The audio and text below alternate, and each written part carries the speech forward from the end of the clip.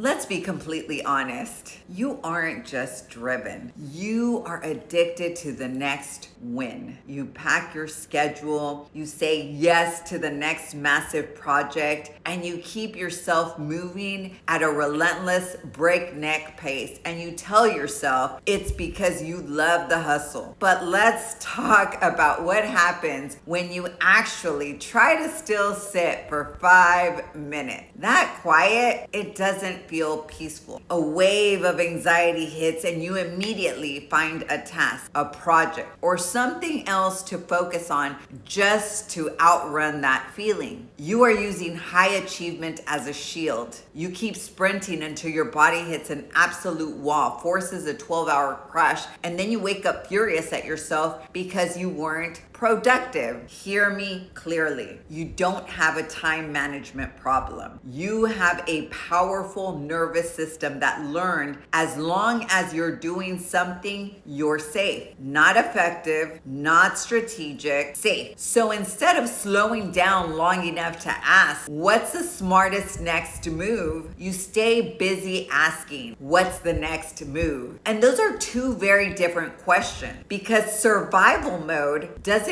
care if the action actually moves your life forward.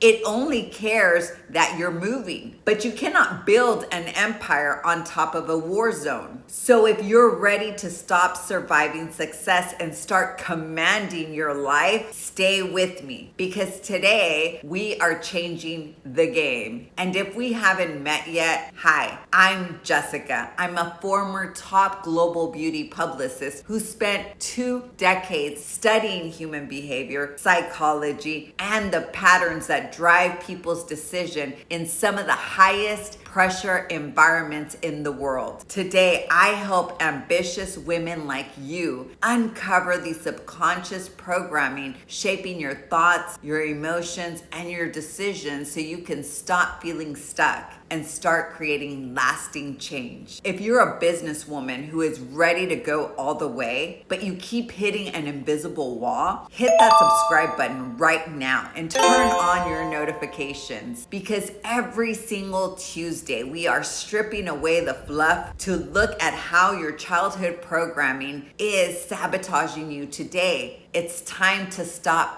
fighting yourself. Get your head straight and create that nervous system safety so you can actually win. First point is that survival mode makes everything feel urgent. Now here's the problem. When your nervous system gets stuck in survival mode, it starts treating everything like an emergency. Every email feels urgent. Every text feels urgent. Every request feels urgent. Drop a 2 in the comments if you can relate. And every problem feels urgent. And because everything feels important, you stop asking what's actually important. You just start reacting. You answer emails the second it arrives. You jump on the call that wasn't scheduled. You stop what you're doing to solve someone else's emergency. You spend your day putting out fires, and then you wonder why you're exhausted. The irony? Most of the things consuming your day aren't actually moving your life forward. They are simply demanding your attention, because survival mode doesn't teach you how to prioritize. It teaches you how to react. And while you're busy responding to every notification, every request, and every interruption, the things that actually create long-term success never get built. The systems, the assets, the processes, the infrastructure, the boring but powerful work that creates freedom. Instead, you're trapped managing today's urgency, which means you're never creating tomorrow's leverage. And eventually, that's what burnout becomes. Not doing too much, but spending years reacting instead of leading, instead of responding. Because survival mode doesn't just make you work harder, it makes it almost feel impossible to tell the difference between what's urgent and what's what's important. And that distinction is where burnout begins. So why slowing down feels so uncomfortable? Now, ladies, here's where it gets really interesting, because most people think burnout is an adult problem. It isn't. Burnout usually starts with the childhood rule. Somewhere along the way, your nervous system learned that being busy was safe. Maybe you grew up in a house where sitting still wasn't allowed. Maybe if you were watching TV, somebody immediately found a chore for you to do. Maybe the message was, if you have time to lean, you have time to clean. Come on, my Latinas. Maybe achievement earned love. Maybe achievement earned attention. Maybe achievement earned approval. Maybe straight A's got you celebrated. And maybe mistakes got criticized. Maybe being productive became your identity. Whatever the story was, your nervous system learned something very, very important. If I'm doing something, I'm safe. And ladies, that rule may have helped you survive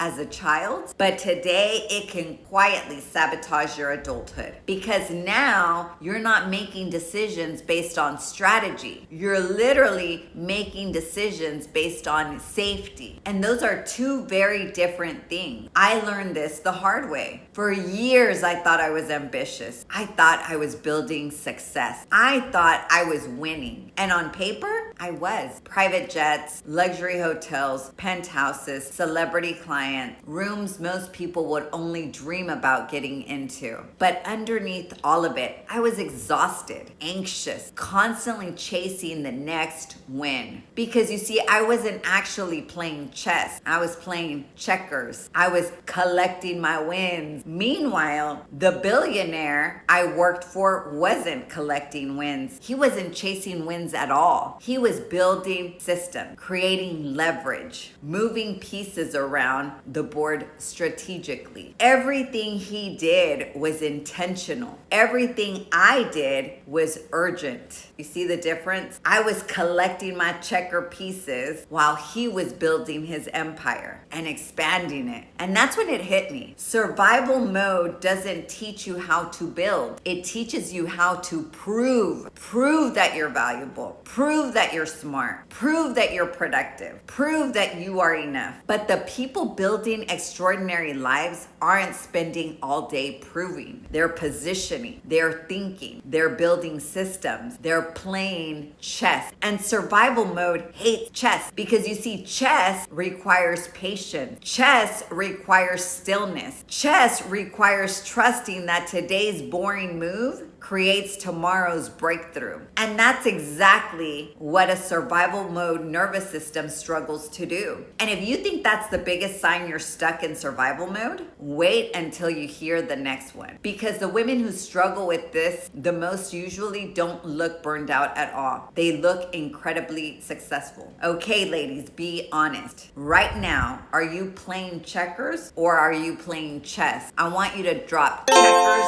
or chess in the comments below. And if this is hitting a little too close to home, I want you to hit that like button. Now, let's talk about the next sign your nervous system is stuck in survival mode. Because the women who struggle with this the most don't usually look burned out. They look successful on the outside. Very successful, actually. They are the women everyone else admires. The women everyone else asks for advice. The women everyone else says, I don't know how she does it. And meanwhile, she's sitting there thinking, honestly, neither do I. For years, I thought I was chasing success. I wasn't. I was chasing validation. And those are two very different things. You see, on the outside, my life looked incredible. I was getting products featured in major magazines, landing publicity placements brands dream about, getting products into the hands of the biggest A-list celebrities you can only imagine. imagine, creating partnerships with major influencers, singers, and movie stars, getting products featured in hotel movie channels across the country, landing coverage in publications like In Style, working on campaigns connected to names like One Direction.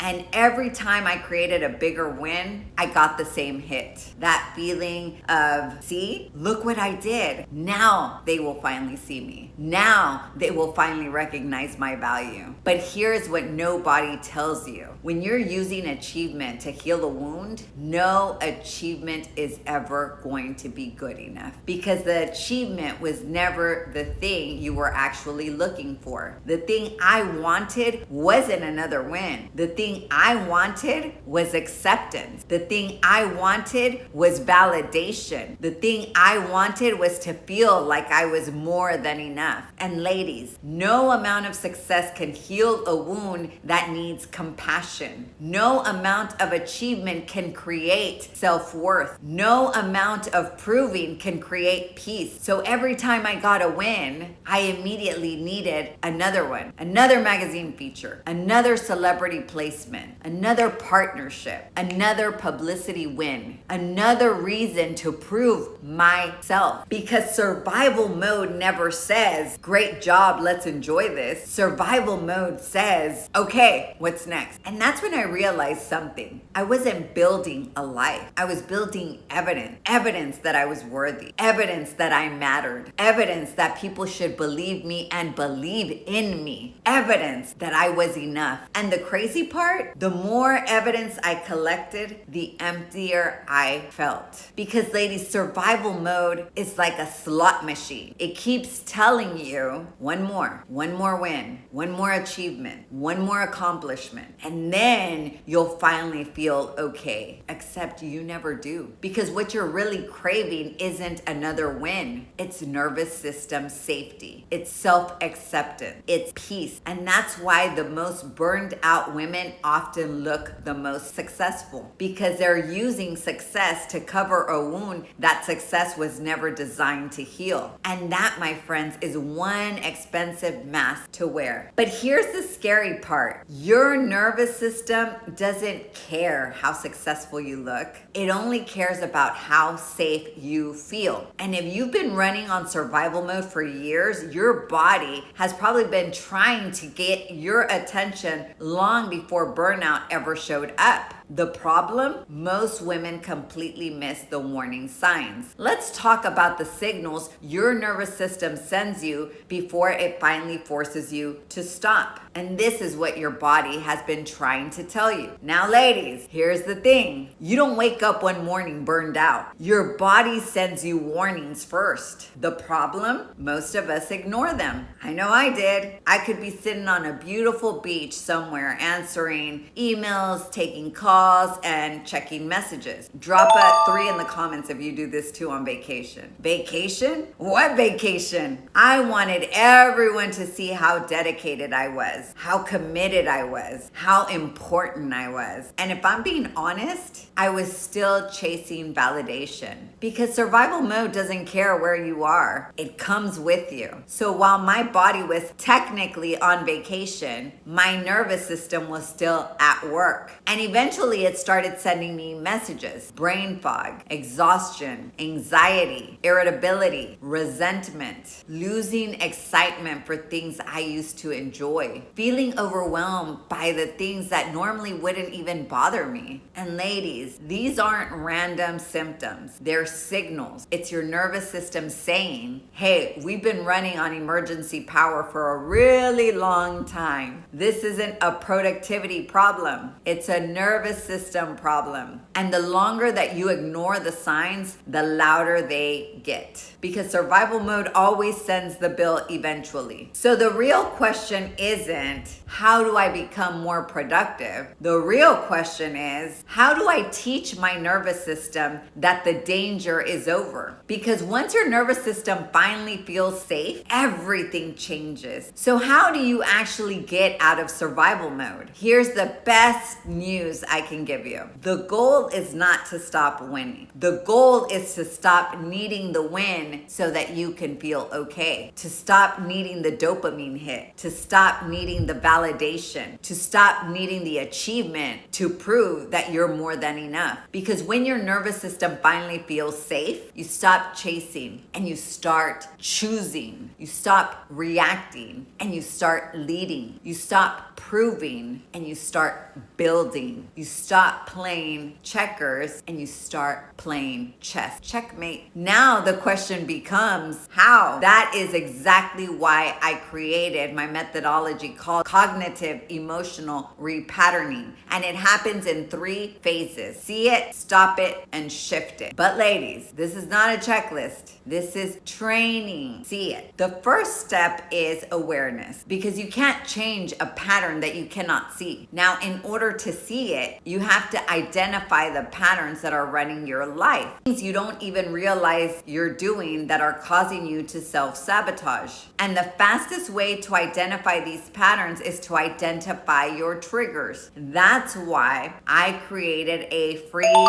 trigger tracker that will allow you to see what's sabotaging you. So go to poweredbyjess.com and download it. I tell people to use it for 3 days, but honestly, if you can do it for 7 days, that's even better. It's gonna really help you identify what's self-sabotaging you. I tracked mine for much longer because I wanted to understand every pattern that was keeping me stuck. Because once you start tracking your triggers, you'll start seeing things you never noticed before. And this is free. So think about it this way. Imagine 2 people get kidnapped. One is an average person. The other person is a CIA agent. Same situation, same danger, same circumstances, but completely different reaction. One is panicking, the other is counting steps, tracking turns, looking for exit, gathering information, looking for solution. Why? Because they've been trained for this. Ladies, survival mode is no different. Your nervous system learned these responses a long time ago. Maybe it learned that mistakes weren't safe. Maybe it learned that rest wasn't safe. Maybe it learned that achievement was the only way to feel worthy. Whatever the lesson was, your nervous system has been practicing it for decades. So be patient with yourself. The goal isn't perfection. The goal is awareness. The goal is progress. The next time you catch yourself spiraling, don't judge yourself. Observe yourself. Have compassion for yourself. Treat your patterns like data. Oh wow, there I go again. Interesting. I just reacted. I just panicked. I just assumed the worst. No shame, no judgment, just awareness. And it sounds stupid, but it works when you start calling your stuff out, because awareness is where your power begins. And ladies, this is where you need to understand something important. For example, when someone is addicted to drugs and they stop taking them, they go through withdrawals. Well, you've been practicing these emotional patterns and reactions for 30, 40, 50 years. You've been practicing urgency. You've been practicing overthinking. You've been practicing people pleasing. You've been practicing reacting. So when you start seeing the pattern and try to stop it, your nervous system is going to push back and overwhelm you. And you're going to react again. You will fall back into old habits. You're going to feel like you took 1 step forward and 10 steps back. That's normal because you're in training. That's not failure. That's training. You have to expect that it's going to be hard. You have to expect that there are going to be setbacks, because you see, you're not trying to change a habit. You're trying to change your identity. And think about it. A CIA agent doesn't become a CIA agent overnight. A doctor doesn't become a doctor overnight. They train, and now you're in training too. So give yourself grace through this process, through this journey, because the goal right now isn't to stop the pattern. The goal is simply to see it. And once you start getting better at seeing it, then you can begin practicing the next phase, which is stop it. Now, once you start seeing the pattern, you can begin practicing stopping it. And ladies, this is where the real work begins. The next time you feel yourself wanting to react, pause, breathe, and ask yourself, is this actually urgent, or does it just feel urgent? Ladies, that one question will change your life, because survival mode treats everything like like there's a lion in the room. A chess player knows most things aren't emergencies. A billionaire knows most things can wait. A CIA agent knows panic clouds judgment. And when your nervous system gets activated, your amygdala pulls the fire alarm. The problem? When the fire alarm goes off, it creates brain fog up here in your prefrontal cortex. It clouds the front of your brain, the part responsible for logic, planning, strategy, and solutions. So you stop seeing possibilities. You stop seeing options. You stop thinking strategically, and you start reacting. So before you answer the email, before you take the meeting, before you lash out, before you panic, pause, calm your body first, then respond, because you're training yourself to respond instead of react. And ladies, you won't get it right. You will react if you're trained to react, because your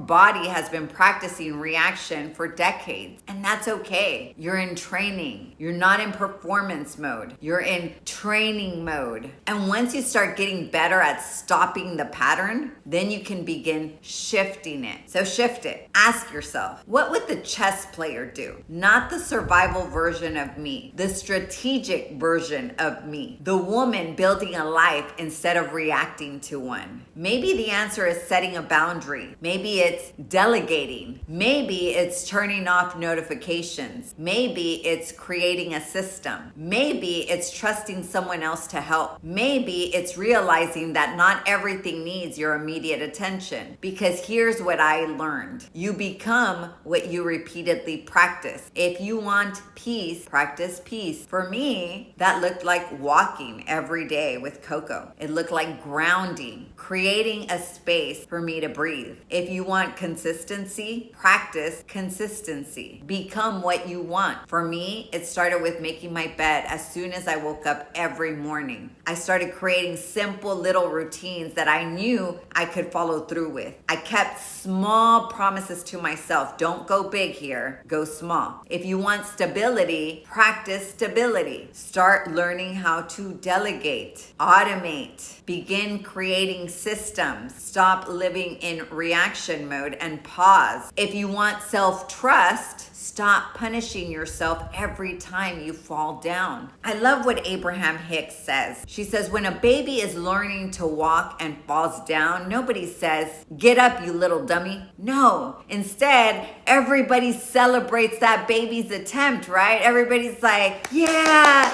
you did 3 steps, you go, yes, yes, yes. But as adults, we take 3 steps forward, fall once, and start talking terribly to ourselves. We punish ourselves. We shame ourselves. We act like we have failed. Ladies, have compassion for yourself. You're in training. You're teaching your nervous system a new way of living, a new way of being, a new identity. You're transforming. You're transcending. You're shifting. And eventually something incredible happens. You stop asking, is this an emergency? And you start asking, what's the move that will create checkmate? That's when you're no longer reacting like the untrained version of yourself. Now you're thinking like a CIA agent. Now you're thinking like a billionaire. Now you're thinking like the woman who knows there is always another move, always another solution, always another possibility. And that's the moment you stop living from desperation that creates the burnout, and you start building from safety. Because transformation doesn't happen when you simply think differently. Transformation happens when your nervous system finally learns peace is safe now. Consistency is safe now. Stability is safe now. And so am I. Because you can either let the pattern break you, or you can break the pattern. And if you want to know the exact childhood loop that started this whole cycle in the first place, the pattern that's been quietly running in the background and influencing your decisions, your confidence, and your ability to trust yourself, click on this video right here. Why you don't trust yourself. Because once you understand where the pattern started, you can finally start changing it. I'll see you there.